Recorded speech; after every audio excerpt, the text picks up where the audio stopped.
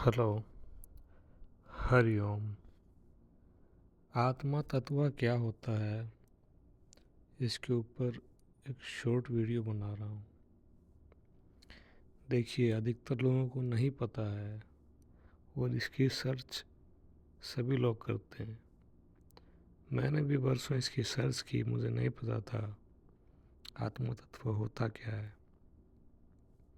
इतने सालों के बाद मुझे पता चला है आत्मा तत्व क्या होता है। हालांकि मैं आत्मा तत्व तक अभी तक पहुंचा नहीं हूँ, मैंने उसको अंदर की आंखों से देखा नहीं है, लेकिन जानकारी मिल चुकी है आत्मा तत्व होता क्या है। तो ये जानकारी मैं, जो भक्त लोग, योगी लोग मेरी वीडियो सुनते हैं, देखते हैं, उनके लिए, शायद उनके लिए हेल्पफुल हो जाए आत्म तत्व होता क्या है। देखिए, इस ब्रह्मांड में आप लोगों ने साइंस पढ़ी है, साइंस से में लिखा है, अपनी किताबों में भी लिखा है कि एटम्स होते हैं, तरह तरह के एटम्स होते हैं, और हाइड्रोजन एटम को सबसे छोटा माना गया है।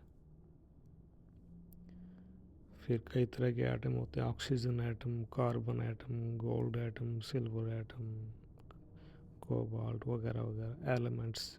केमिस्ट्री में एलिमेंट्स की टेबलों में उनमें एटम होते हैं।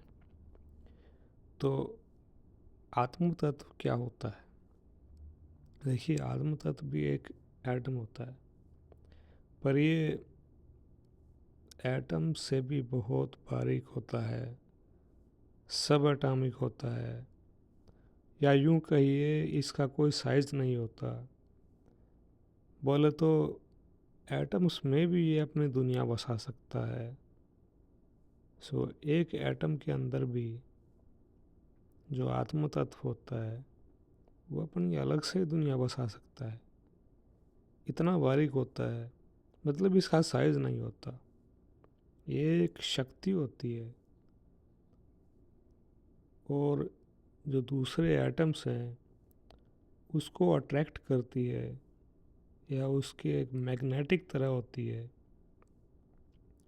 जिसकी वजह से आत्म तत्व अनेक तरह की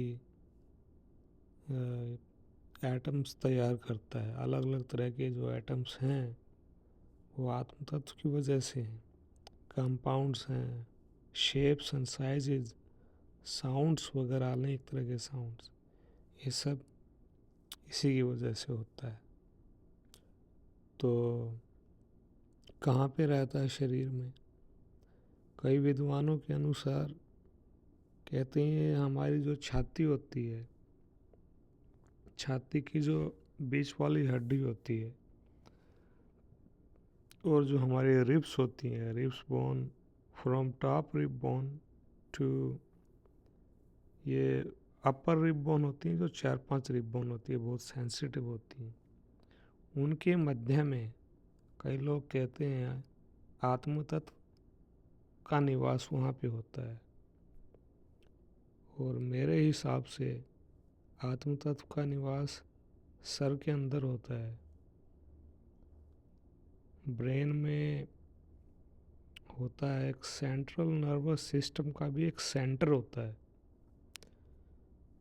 या यूं कहिए जो हमारा सेंट्रल नर्वस सिस्टम है, वो ब्रेन के अंदर उसका जो सेंटर पार्ट होता है, उसके अंदर कहीं आत्म तत्व का निवास होता है। मैंने एक अलग से वीडियो बनाई इस पे, one of my early video, जो योग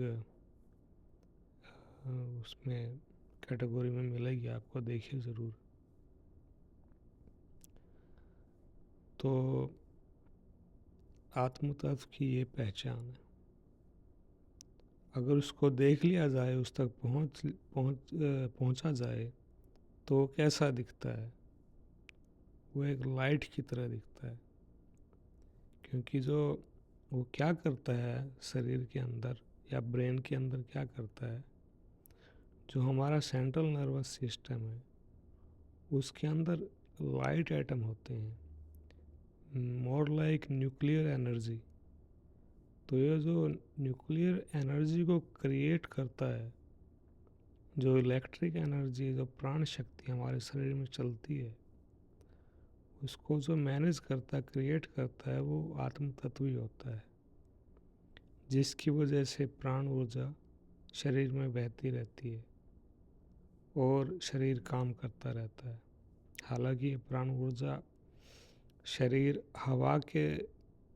हवा से अपने शरीर के अंदर लेता है, हवा जो सांस लेते हैं हम, तो ये एक फ्यूल है उसका,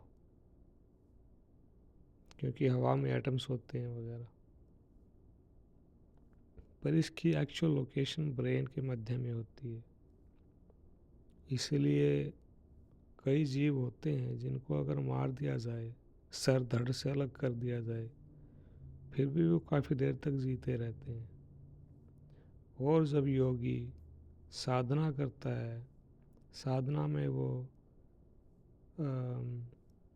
समाधि स्थिति में जाता है, तो जो उसका सर से नीचे वाला हिस्सा है वो फ्रीज हो जाता है, एक प्रकार से काम करना बंद कर देता है, या फिर काम बहुत कम करता है।